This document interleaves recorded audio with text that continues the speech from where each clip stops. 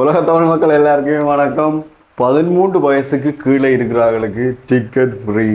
இலங்கையில் இந்த படத்தை பதிவிடணும்னா 8 இடங்கள்ல தணிக்கை செஞ்சிருக்குது. என்னத்தை பற்றிடா சர்ச்சோண்டு அப்படின்டா ஊழி திரைப்படம். இந்த படத்தோட கதையை பார்த்தீங்க அப்படின்னு சொன்னா ABCD அப்படின்னு ஒரு 4 பகுதியாக போகும்.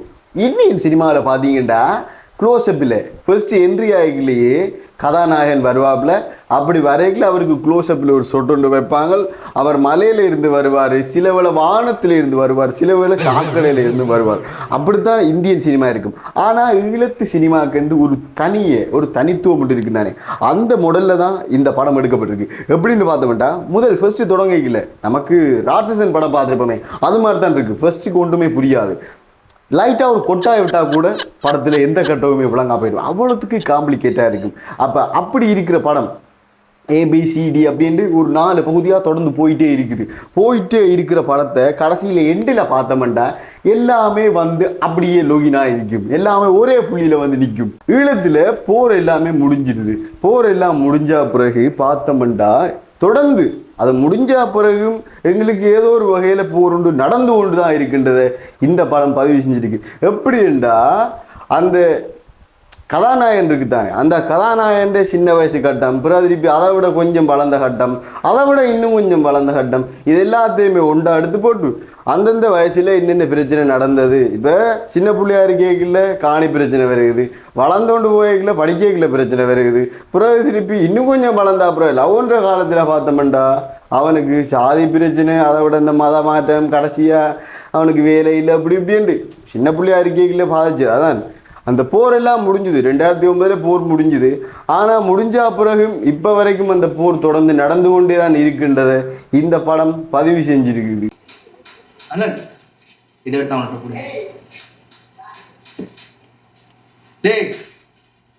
வாங்கி சாப்பிடு. என் ஒன்றை விட்டு அக்காடமா ஓயல் எழுதி போட்டிருக்கிறான். நல்ல மார்க் வாங்கி ஏஎல் அப்படின்னு செய்வாள். எங்களுக்கு ஒரு இன்வெஸ்ட்மெண்ட்டாக இருப்பான். இந்த மாதிரி 20 உருப்படிகள் இருக்கு. இவ்வளோ காட்டியே நாங்கள் பணக்காரராகிடலாம்.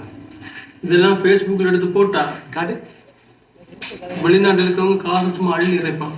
புறம் என்ன செஞ்சிருவோம். அது மட்டும் இல்லை, எல்லாத்தையுமே ஓவராலாக சகலத்தையுமே சொல்லிட்டாப்புல. மாணவர்களோட இந்த எதிர்காலத்தை பற்றி, சிங்களங்கள் காணிகளை பிடிக்கிறது, பிறகு திருப்பி அங்கே இருந்த மாட்டை களவெடுக்கிறது, மதத்தை மாற்றி விடுறது, சாதி பிரச்சனைகள், இந்த போராளிகள் எல்லாத்தையுமே பற்றி தப்பாக கேட்கிறது, அவங்கள அப்படி இப்படின்ட்டு அதை அப்படி மாற்றி போடுற. முதல்ல அவங்க இப்படி இருந்தாங்க, இப்போ பார்த்தோம்னா அவங்கள ஒரு கூடாதாக்கள் அப்படி இப்படின்னு கதைக்க வைக்கிற. இப்படி எல்லாமே இருக்கிற பிரச்சனை எல்லாத்தையுமே அம்புட்டு பிரச்சனையுமே எடுத்து உண்டாக்கி ஒரே படமாகி தந்துக்காப்புல ரஞ்சித் ஜோசப் பண்ண படம் பார்த்தோன்னு கேட்கலையே. நாங்கெல்லாம் கத்தி கூச்சல் போடுவோம் அப்படி இப்படின்னு. அதே மாதிரி கத்தி கூச்சல் போடுற இடம் உண்டு. என்னண்டா டைரக்டர் கட் எங்கட ரஞ்சித் அண்ணா வர்றது, டைரக்டர் ரஞ்சித் அண்ணா வர்றது. அந்த வீடியோ இருக்கா பாருங்களேன்.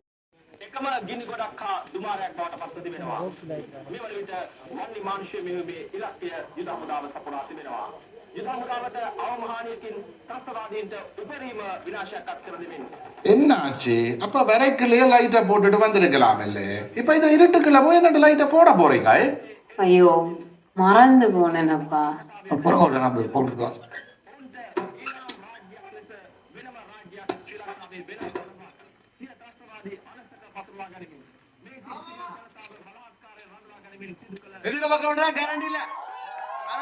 பாட்டு பாட்டு பாட்டு பாட்டு பாட்டு என்னடா செஞ்சு வச்சுக்கிறீங்க, இப்படியாடா செய்வீங்கன்ற லெவல். அப்படி தீபச்செல்வன் ஆண்டாலே ஈழ எழுத்தாலும் தீபச்செல்வன் என்றாலே அது ஒரு தனி கெத்து. நாவல் சரி, எழுத்துக்கள் சரி, கவிதை சரி, அப்படி இப்படி அப்படி. ஆனால் படத்தில் பாட்டில் கூட கலக்கி இருக்காப்புல நம்ம அண்ணன். ஒரு நிமிஷம் போய் பாருங்க. மருக மருக வந்து உயரில் போதையான விண்ணாளியே,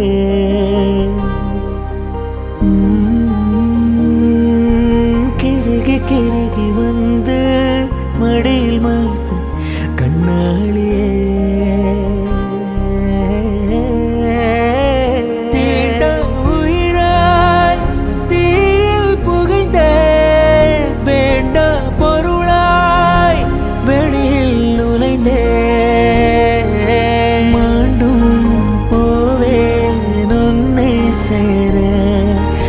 சுகாசனையோட இடம்பெறுகிறது. ஆடியோ லான்ச்சில் கிளிநொச்சியில் ஊழி படத்துக்கான ஆடியோ லான்ச் நடக்குது. அப்போ சுஹாசன் அந்த இடத்துல சொல்கிறாப்புல, எனக்கு 2 பிரச்சனை இருக்குது. நான் நல்லா நடித்தாலும் பிரச்சனை, நடிக்காட்டியும் பிரச்சனை. நடித்தா இவர் இங்கேயே இப்படி நடிக்கிறானே, அரசியலில் என்ன நடிப்பு நடிப்பான், அந்த பிரச்சனை. அதே மாதிரி நடிக்காட்டி ஏன்றா நடிக்கலை அப்படின்ட்டு இயக்குனரான பிரச்சனை, படத்தான பிரச்சனை. இந்த விமர்சனத்தை எல்லாத்தையுமே தாண்டி அந்த இடத்துல பக்காவா பண்ணியிருக்காப்புல. அந்த ஒரு காணாமலாக்கப்பட்ட பிள்ளைன்ற தகப்பன் நாம் அந்த சுஹாசன் அந்த படத்தில் வேற லெவல் வச்சு பின்னிட்டாப்புல. அதுலேயும் சினங்கோல் படத்தை பார்த்தீங்கன்னா, சினங்கோல் படத்தில் ஒரு கடைசி கட்டம் கொண்டு வரும். நாங்கள் ஆற்ற புள்ளைன்றதான் மறந்துட்டீங்கள இல்லை, அண்ணன்ற புள்ளைகள் இப்படி ஒரு சீன் ஒன்று வரும். அந்த காட்சி ஒன்று அதில் வச்சிருப்பாப்புல. அதே மாதிரி இந்த படத்துலையும் சுஹாசனை சொல்லுவார், அண்ணன் எங்களுக்கு கிடைச்ச பேட்டம் அப்படின்னு சொல்லுவார். தட்டம் சுஹாசன் என்ன நடிப்பு தட்டமாக இருக்குது அதில். இதை நான் சீரியஸாக கேட்குற கட்டம் சிரிக்கிறாரு. என்ன அப்படின்னு சொன்னால், இந்த படத்தில் நாங்கள் பார்த்தவன்ட்ட தமிழாக்கள பிரச்சனை மட்டும்தான் சொல்லுவாங்க அப்படின்னு நான் யோசிச்சு கொண்டு வந்தேன். ஆனால் சிங்களாக்கள்லையும் அந்த காணாமலாக்கப்பட்டோர் அந்த பிரச்சனை இருக்கின்றதை இந்த படம் பதிவு செஞ்சிருக்கு. எப்படின்னா, ஒரு சிங்கள ஜேர்னலிஸ்டோரால் இதில் வருவாங்க. இதில் வந்துட்டு ஒரு போராளியை சந்திச்சு கதைக்கிற ஒரு காட்சி ஒன்று இருக்கும். ஹைகிக்கில் சொல்லுவா, இராணுவத்தின் இந்த ஆளை உருவும் படையணியில் தங்களோட அப்பா இருந்தது, அவர் இங்கே வந்த அப்புறம் காணா போயிட்டு அப்படின்ட்டு. அப்போ அந்த போராளிகிட்ட தானே அவள் கேட்குறான், அந்த சிங்கள ஜேர்னலிஸ்ட். இப்போ கேட்கல ஃபர்ஸ்ட் அவர் மறுத்துடுறார். எப்படி இல்லை அதை ஹெல்ப் பண்ணல அப்படின்ட்டு. பிறகு திருப்பி கூட்டி கொண்டு போகிறார் அந்த இடத்துக்கு. கூட்டி கொண்டு அங்கே போய் பார்த்தா அந்த இராணுவ வீரனை புதைச்ச இடம் இருக்குது தானே, அது நல்ல நீட்டாக அந்தந்த மண்மேடுகள் எல்லாம் அமைக்கப்பட்டு, நடுகள் எல்லாம் அதுக்கு வைக்கப்பட்டு, அந்த அடையாளத்துக்கு நடுகள் அப்படியெல்லாம் வைக்கப்பட்டு அப்படி இருந்துச்சு. இது என்னடா, எங்கட போராளிகள் எல்லாமே எங்கேன்னு கேட்டால் இலங்கை அரசு சொல்லுது அவங்க செத்து போயிருப்பாங்களேன்னு, அவங்க காணா போயிருப்பாங்களேன்ட்டு கடைசி கட்டத்தில் பிடிக்கவே இல்லை அப்படின்னு சொல்கிறாங்க. ஆனால் ஒரு போராளி அந்த மதிப்பை பார்த்தீங்களா, அவருக்கு எவ்வளோ மதிப்பு கொடுத்து அவருக்கு அந்த மண் மேடெல்லாம் அமைச்சு கல் எல்லாம் வச்சு அடையாளத்துக்கு அப்படி இருந்திருக்குது. இந்த விஷயத்தை கூட இந்த படம் பதிவு செஞ்சுக்கிறது தரம். சில படங்களை பார்த்தா படம் நல்லா இருக்கும், கெத்தாக இருக்கும், காட்சிகள் எல்லாம் அப்படி இருக்கும். ஆனால் வசனத்தை பார்த்தோம்னா டப்பிங்க அப்படி அள்ளும்.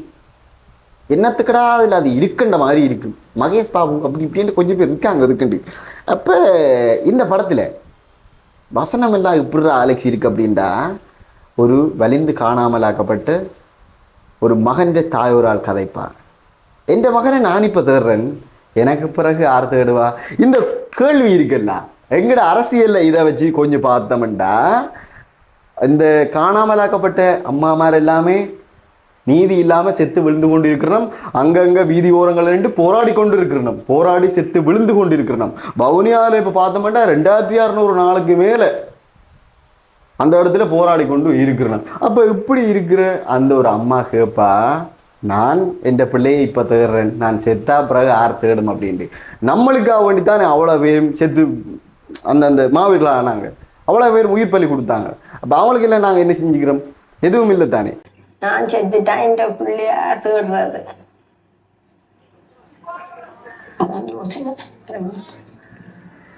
ஓகே, ஃபைனல் எண்டுக்கு வந்துட்டோம். ஓவராலாக முடிவு, நான் இவ்வளோ நேரம் இந்த விஷயத்தை சிரித்து உங்கள்கிட்ட எக்ஸ்பிளைன் பண்ணியிருப்பேன். ஆனால் இது சிரித்து கதைக்கிற விஷயமே இல்லை, இதை கொண்டு போய் சேர்க்கறதுக்கு எனக்கு அந்த வடிவம் தேவைப்படுச்சுது. என்ன தப்பாக யோசிச்சிடாதீங்க. ஈழத்தில் 2009ஆம் ஆண்டு அந்த ஈழப்போர் முடிவிட்டது அப்படின்னு சொல்லியும், தமிழ் மக்களுக்கு சுதந்திரம் கொடுத்துட்டேன் அப்படின்னு சொல்லியும் மஹிந்த ராஜபக்ச குறிப்பிட்டிருந்தார். ஆனால் அந்த 2009க்கு பின்னர் எங்களுடைய தமிழ் மக்கள் கட்டமைக்கப்பட்ட இனவழிப்பை எதிர்கொண்டு வரணும். இந்த படத்தில் சொன்ன மாதிரி காணி ஆக்கிரமிப்பு, மத மாற்றம், இந்த பள்ளிக்கூட பிள்ளைகள் எல்லாமே அந்த மனம் மாறி கஞ்சா பூத அப்படி இப்படின்ட்டு அதுகளுக்குள்ள போகிறது, சாதிய பிரச்சனை, இது எல்லாமே எங்களுக்குள்ள திட்டமிட்டு நடந்து கொண்டிருக்குது. அண்மையில் பார்த்தீங்கன்னா ஒரு இசை நிகழ்ச்சி ஒன்று நடந்திருக்கும். என்னத்துக்காக வேண்டி அது நடந்துச்சு, அவ்வளவு கோடி செலவழிச்சு இந்த இடத்துல அதை செய்ய வேண்டிய அவசியம் என்ன, இது எல்லாத்துக்கும் பின்னுக்கே ஒரு நுண் அரசியல் ஒன்று இருக்குது. எங்களுடைய தமிழினம் என்றது ஒரு ஆகப்பெரிய ஒரு இனம், அது நெச்சா எவ்வளவு உயரத்துக்கும் போயிடும். அதை தடுக்கணும் அப்படி என்று சொன்னால் இப்படியான வேலைகளை பின்னிருந்து செஞ்சு கொண்டே தான் இருக்கணும். இதுதான் போர்க்காலத்துக்கு பின்னர், போர் மௌனிச்சா பிறகு இப்போ நடந்து கொண்டு இருக்குது. ஒரு போராட்டத்தை, ஒரு தேசிய இனத்தை நசுக்கணும் அப்படின்னு சொன்னால் அந்த இளைஞர்கள்ன்ற மன உணர்ச்சியை குறைச்சா போதும். அதாவது அவங்கள படிக்காமல் பண்ணினா போயிடும். படித்தாதான் அவங்க விடுதலையை பற்றி யோசிப்பாங்க. புத்தகம் இருந்தால் தான் வாழ்க்கையை அறிவாங்க. இப்படி எல்லாமே நாடுகள் இருக்குது, நாங்கள் என்ன இப்படி இருக்கிறோம் அப்படின்ட்டு, அடிமையாக இருக்கிறோம் அப்படின்ட்டு யோசிப்பாங்க. ஆனால் அவங்களுக்கு அதை தர மறந்துட்டா அதை பற்றி அவங்க யோசிக்க மாட்டாங்க தானே. அதுதான் இலங்கையில் நடந்து கொண்டிருக்குது. அதைத்தான் இந்த படம் பேசி இருக்குது. எங்களோட ஈழத்து கலைஞர்கள் எல்லாருக்குமே ஒரு பொறுப்பு ஒன்று இருக்குது. ஏன் அப்படின்ட்டு சொன்னால், ஈழம் சார்ந்து சரி, அல்லாட்டி ஈழத்திலே இருந்து புலம்பெயர்ந்து வாழ்கின்ற கலைஞர்களும் சரி, அல்லாட்டி ஒட்டுமொத்த தமிழர்களுக்கும் ஒரு பொறுப்பு ஒன்று இருக்குது. ஈழத்தில் இருக்கிறவர்கள் போரின்ற குழந்தைகள், போரின்ற இனவழிப்பின்ற சாட்சியங்கள். அவர்களுடைய படைப்புகள், எழுத்துக்கள், இலக்கியங்கள், நாவல்கள் எல்லாமே எப்படி இருக்கணும் என்றால் இந்த விடுதலை சார்ந்ததாக இருக்கணும். அப்பத்தான் அவர்களுக்காக வேண்டி செத்து போன, அவர்களுக்கும் ஒரு குடும்பம் இருந்துச்சு, அவர்களுக்கும் ஒரு மனசு இருந்துச்சு, பிள்ளை இருந்துச்சு, குட்டி இருந்துச்சு, எல்லாமே இருந்துச்சு. அவங்களும் சாதாரண மனுஷர் தான்.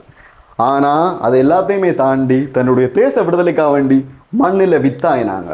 அந்த வித்துகளுக்காக வேண்டி, அந்த உயர்ந்த தியாகத்துக்காக வேண்டி நாங்கள் என்ன கைமாறு செஞ்சோம் அப்படின்றா எதுவுமே இல்லை. ஆனால் ரஞ்சித் ஜோசப் அவர்கள் ஈழத்தில் இருந்து கனடாவில் போய் வாசிக்கின்ற ஒரு புலம்பெயர்ந்த தமிழன். அவர் சொல்லேக்கில் சொல்லுவார் தான் ஒரு அகதி அப்படின்ட்டு. உண்மையிலே அந்த தமிழனுடைய வலி எங்களுக்கு விளங்குது. அப்படி அவர் அங்கே இருந்து கொண்டு ஈழம் பற்றி படைப்புகளை முன்னெடுக்கிற மாதிரி எங்களுடைய கலைஞர்களும் எங்களோட மண்ணில் என்ன பிரச்சனை இருக்குன்றதை முதல்ல முன்வைக்கணும். அதுக்கு பிறகுதான் மற்ற படைப்புகள் முன்வர வேண்டும். இது ஒரு தமிழனா என்னோட ரிக்வெஸ்ட், என்னோட ஒரு சின்ன வேண்டுதல். நன்றி.